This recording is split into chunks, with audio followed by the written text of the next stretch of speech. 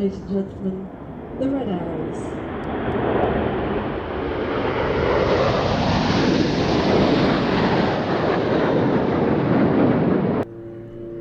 As he pulls up at 5G, he converts his speed into height to perform his first manoeuvre, the Hammerhead. Flight Lieutenant Jews was born in Carmarthen, South Wales, and started his flying career in the Royal Air Force in 1989, flying the DC-10 while in Autumn, and then as a search and rescue pilot on the Sea King. From the end of this half horizontal, Bob will push negative 2G to level the aircraft upside down for the inverted pass. Sat now at negative 1G and hanging in his straps, this is not a comfortable position to be in as blood rushes to his head.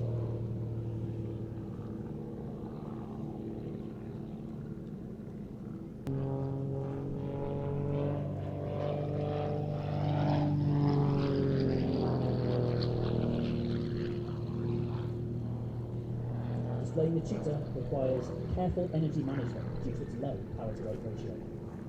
Did actually do, I think, 5 by accident once because James McMillan pulled out of a thing that you should. When not displaying, Bob is a qualified flying instructor of QFI on 115 Squadron based at Royal Air Force Lutterell. During his varied career, Bob has amassed over 8,000 flying hours on 15 different aircraft types. In this 4-point roll, Bob delicately uses the rudder to support the nose above the horizon while flying an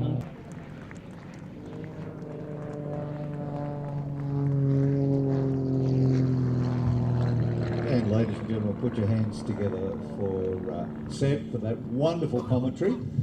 It's great to see that tutor up there because that's where everything starts. Girls, Rosie and Colt, that's what you wanted.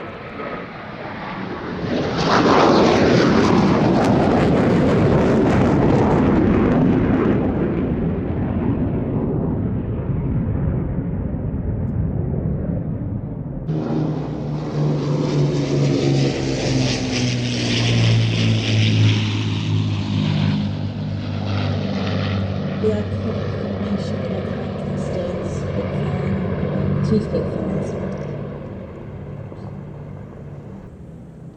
Spitfires flown by Andy Priest and Giles Croft.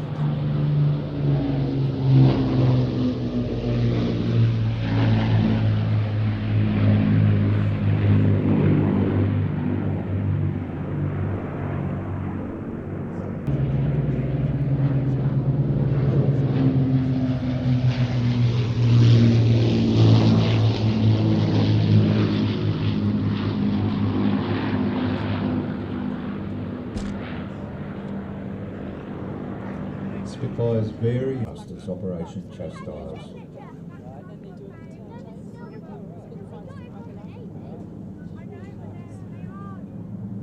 First time in years.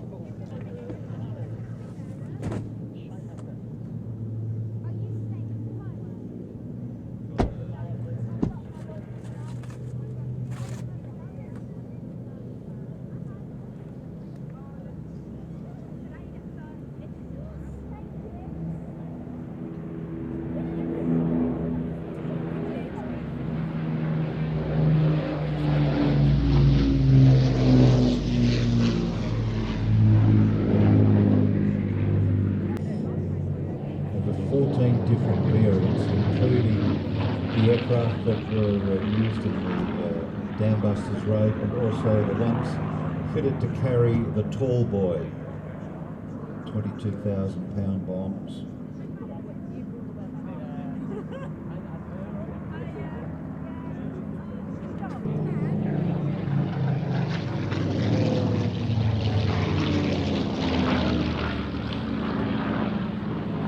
PR-19 utilised for high altitude photography and also some very, very low altitude photography.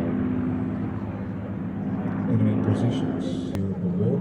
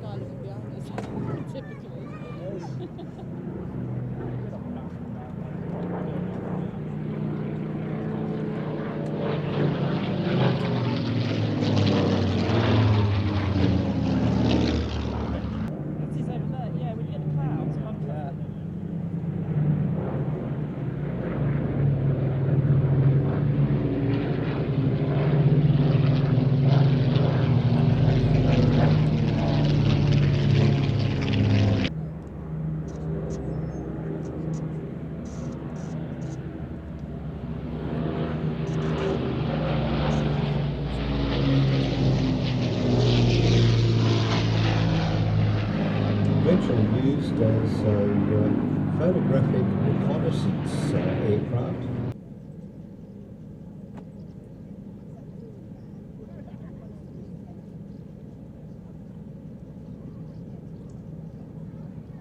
Wonderful sight there, ladies and gentlemen. Give them a big wave as they fly past.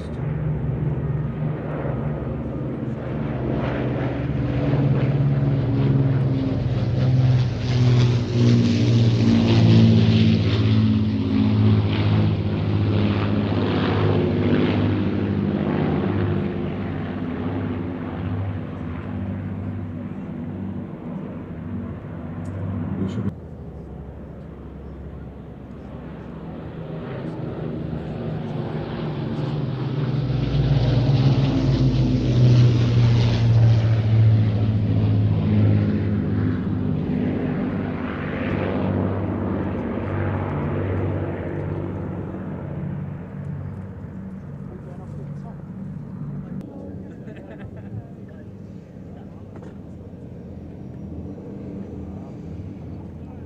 Ladies and gentlemen, boys and girls, put your hands together for the Battle of Britain Memorial Flight.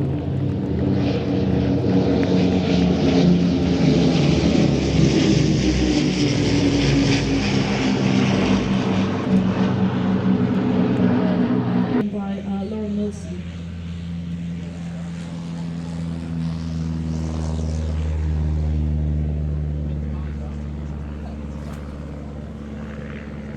With a snap roll off the top of that.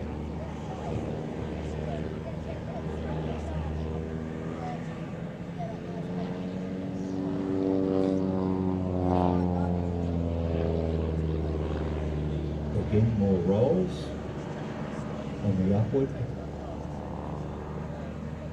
So Lauren started her career as an engineering apprentice and decided that she wanted to do something other than staring at four walls, and got her PPL, a private pilot's license, in 2008. She then was also running her own consultancy business, and again deciding she wanted to do something new and different. Got her commercial license in 2016.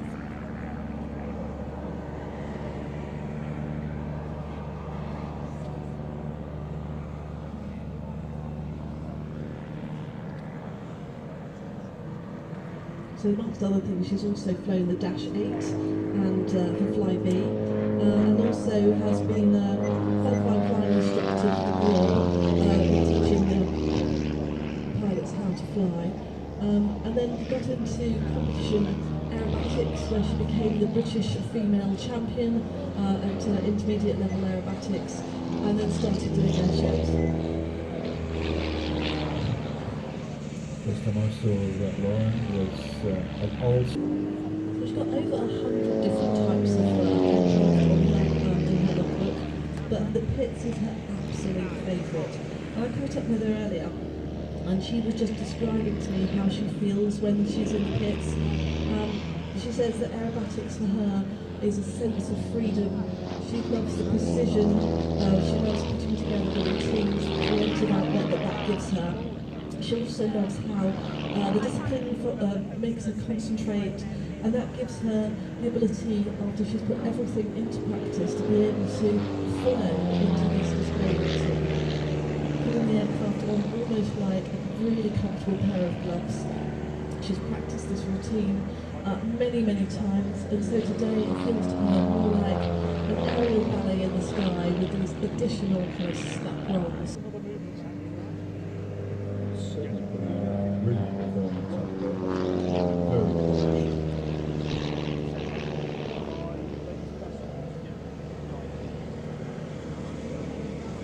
Great flying performance there with the Pitts.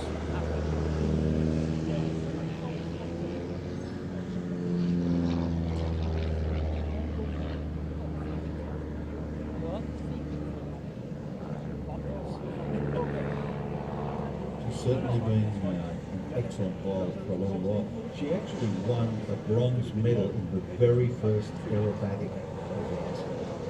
And that goes to show you the level of preparation that she undertook. Yeah, it does, I like it. Flying the same heads.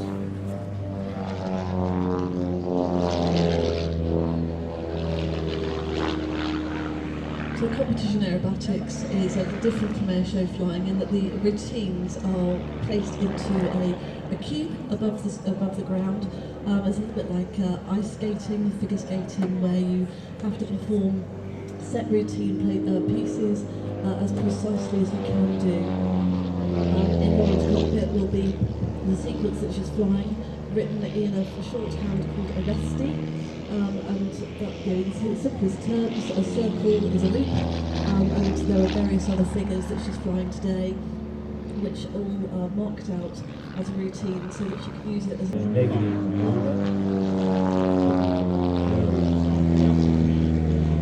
positive G, better. hits as it comes down the crowd line. Beautiful light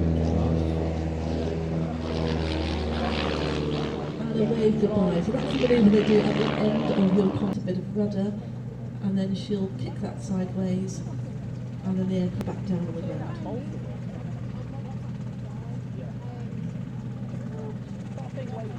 Flown today by Felix Baumgartner, and amongst his many things that he does, he has had the world altitude record for jumping out. Look at that, there it goes. This is incredible.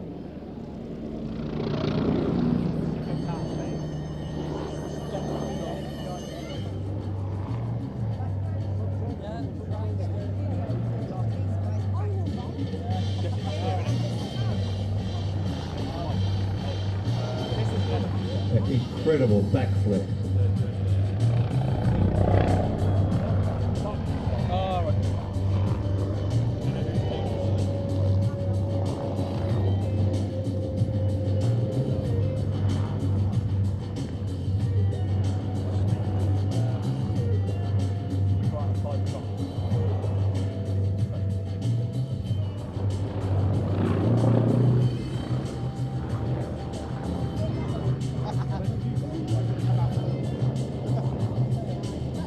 What a tight loop he's performing there.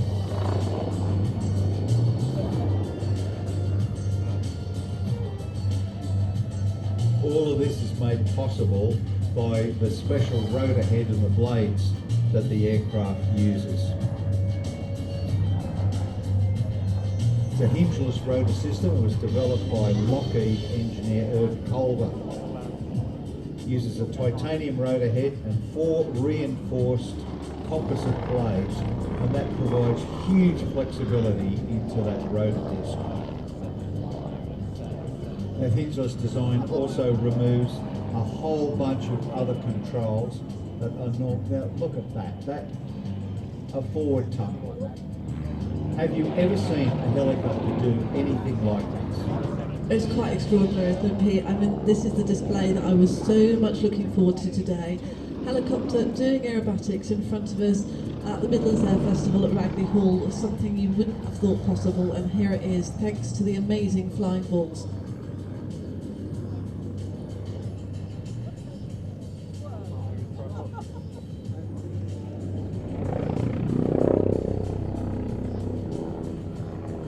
Imagine what's going on. I would imagine, actually, Pete, they're smiling and having the best time, because that's what I would be doing. Another beautiful tight loop there.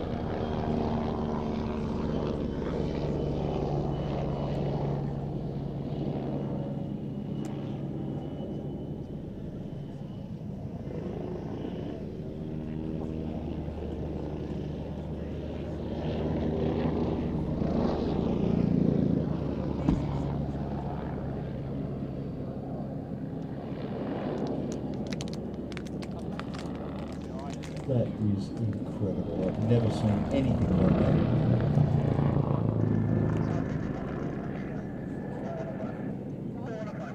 So the aircraft kept at Salzburg in the most beautiful hangar, which has an amazing Michelin-star restaurant in the hangar in Salzburg. It's fantastic. And as with everything that Red Bull does, giving you wings, it also paints beautiful colour schemes and takes everything slightly to the extraordinary. That is a hallmark of anything that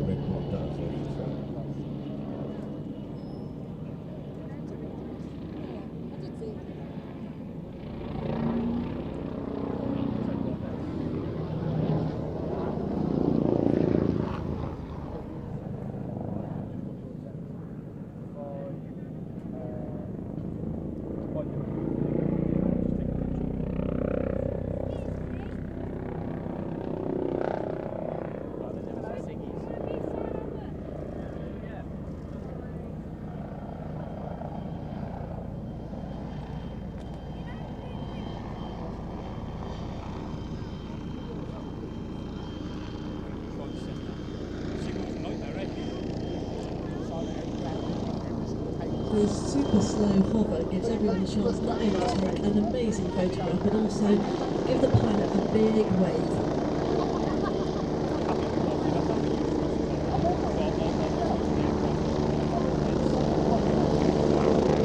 Hands in the air, everybody.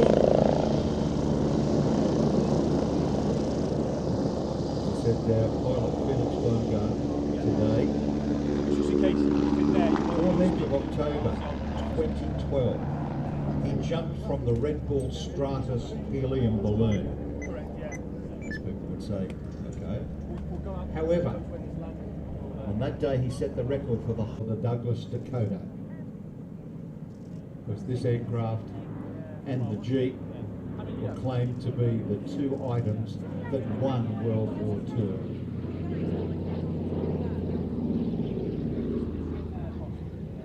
First flight way back in December 1935, which was actually the 32nd anniversary of the first commercial to provide United Airlines with a wider aircraft fitted with sleeper berths for US transcontinental flights.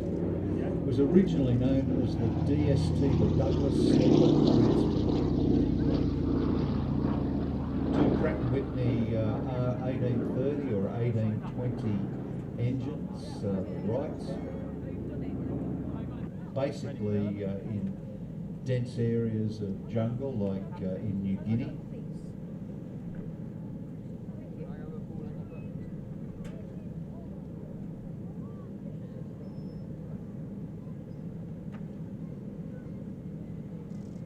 Now this aircraft is owned and maintained by the Commemorative Air Force in the United States. Built in 1944, and this aircraft is named Ready for Duty. Initially assigned to the Naval Air Transport Service, then the Confederate Air Force Dallas Fort Worth Wing.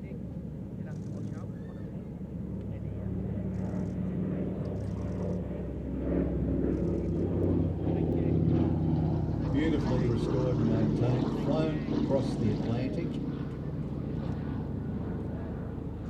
This is part of the Victory Tour, a 12,000-mile journey, a significant commemorative mission marking the anniversary of VE Day.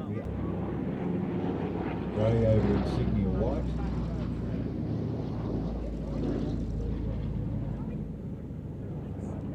It's a commemorative Air Force's aim to inspire people, honour people, and educate people with regard.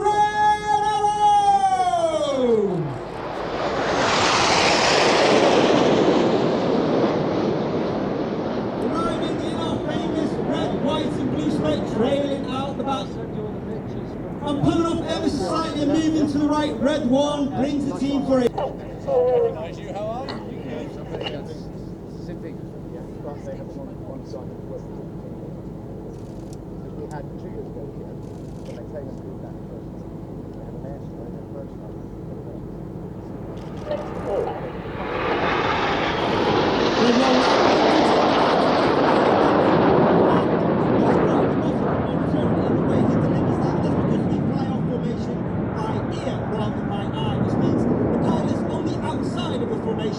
Are putting their inputs into the controls just a little bit earlier than those on the inside, so the wings move as one rather than a ripple effect.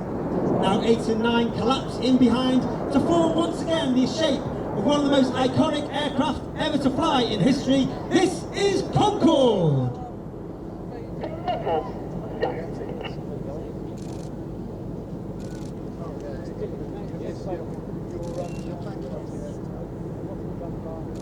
On the left-hand side of that centre stem is Red 3 Flight 10 Andy McEwen, known as Batman. He's in his first year on the team. He's flown the AV-8B while exchange on the United States Marine Corps before coming back and flying the 5th generation F-35 Lightning. He is the first pilot in the Red RSSD to come from the Lightning F-35.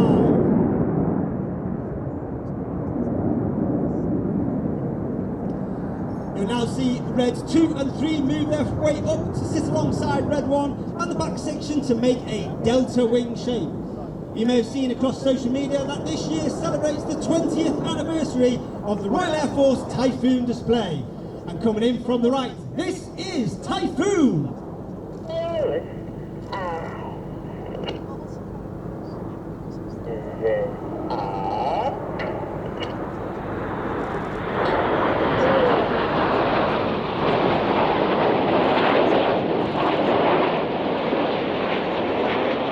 Of course, we are called the Royal Air Force, but in the last couple of years, we've diversified and spread our technology and our expertise into space and cyber. And in a nod to our space capability, this is Apollo.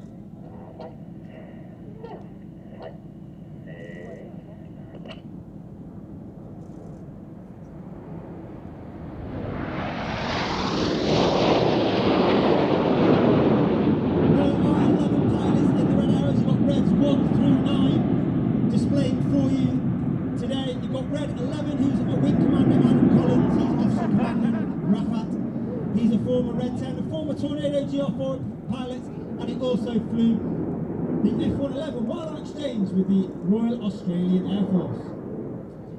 You now see them going once again into a wide shape with Red 6 and 7. Ladies and gentlemen, boys and girls, get your cameras ready for the noisy and colourful Big Vixen.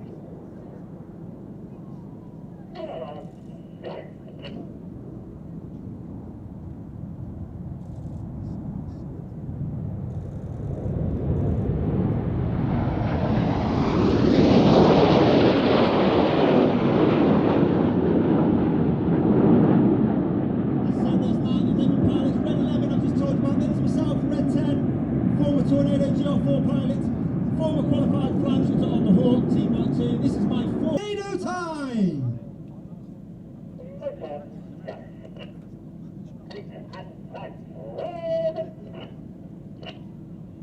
Red 8 and 9 roll goes, Red 8 and 9 roll around the rest of the formation, but watch for the colour change as Red 1 brings them down the line.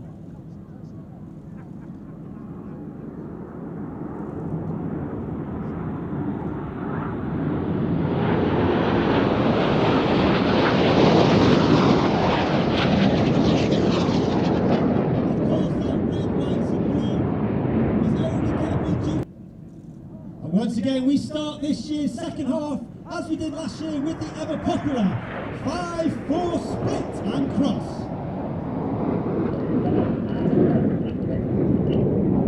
As we go into the second half, it's the more dynamic, more fast-paced, more heart-pumping, jaw-dropping manoeuvres flown by two distinct.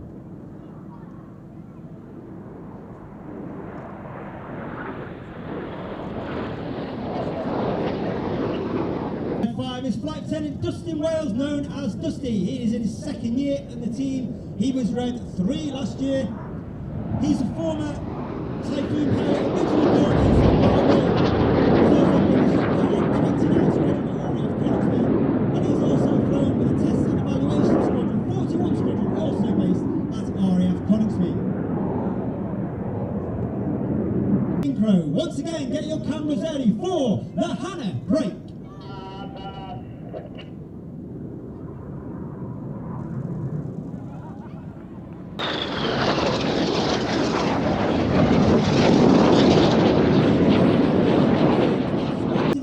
Nose down and completing the manoeuvre called the boomerang.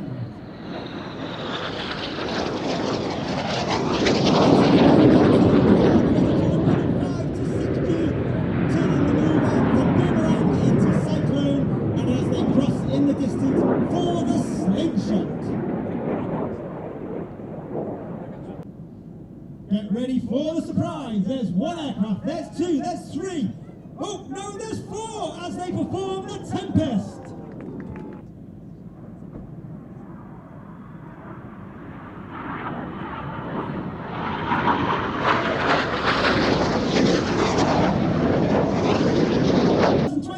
Royal Air Force aerobatic team, the Red Arrow! The batch 79 Mark 19 aircraft built at Supermarine in Southampton as an unarmed high-altitude reconnaissance aircraft. Oh, right, yeah. Undertook operational wartime missions over The Hague, Rotterdam, The River Eld, Emden, Bremerhaven, Well, so I photographed the ship in I think we go to Sunny returned to the UK and restored a succession of maintenance units. And in September 1952, arrived at what is it's still got the temperature and humidity flat, RAF Woodvale in Lancashire. It was actually operated by a private company, Short Brothers in Harlow. 9th of June 1957, the last RAF Spitfire flight with the temperature and humidity flat, and it was then transferred to the historic aircraft flight. So basically the Spitfire first flew in 1936, went into service in 1938, and through the succession of these Mark 19s, the aircraft being transferred over to the nascent historic aircraft flight. It was used in every model subsequent to Mark 11. Interestingly, the Mark 11 was basically a aircraft as well. So the aircraft flown today by Jim Schofield. He has a very impressive CV and is currently the Rolls-Royce Chief Test Pilot, formerly a Harrier pilot and an F-35 test pilot, and the Empire Test Pilot School's Chief Instructor. He's also British Airways pilot, Chief Pilot at Spitfire.com. He flies with the Shuttleworth team down at Old Warden. He's a vertical airspace test pilot. He's over 5,000 hours flying over 120 different types. And he's the first person to fly 100 years of fighters from the SE-5A to the F-35. Also an all-round good guy. He named it Fighter. Breathed calm, a quickening heart, a shoot upon the shoulders warm, and hands in gloves prepared to start the waiting wizard's burning storm. Vibrations calm, the cockpit heats, as T's, P's and checks are done. We're ready as the wind to greet the fighter's wings against the sun. She climbs the path through towers of cloud. We burst into the southern blue and sing our hearts out to voices loud, an ode to Britain's battling blue. She loops and rolls, propels the hand, with perfect lines all men desire. But 'tis a sword within my hand, the finest blade baptized in fire.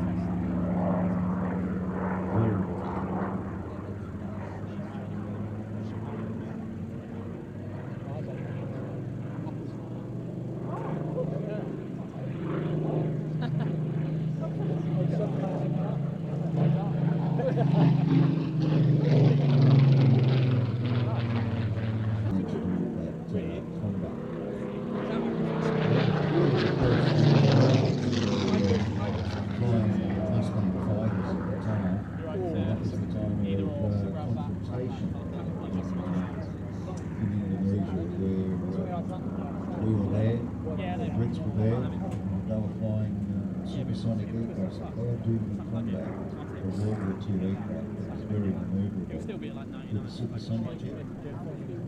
That's the only way they worked out how to do it. I suppose it's testament to the fact that it kept the aircraft flying for so long that we have so many examples of the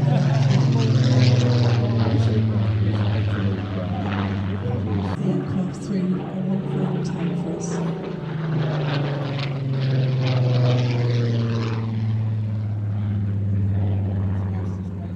Just looking at that, your palm next to mine, Johnny Gillespie McGee Jr.'s high flight. Pete Dolby, he's been flying for many, many years, and he was more famous for the fact that he was the guy in Ragley Estate. The small one, a small 42,000 cubic foot balloon.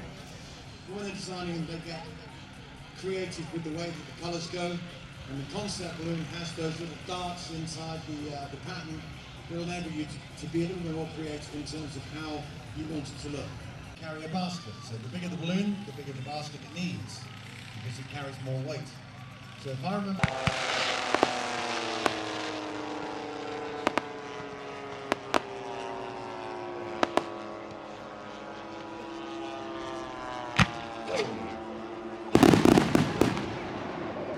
lighting up the skies above Brackley Hall this evening. Just like their grogs. Speaking to Tim and Tom, and they reckon there's about 23,000.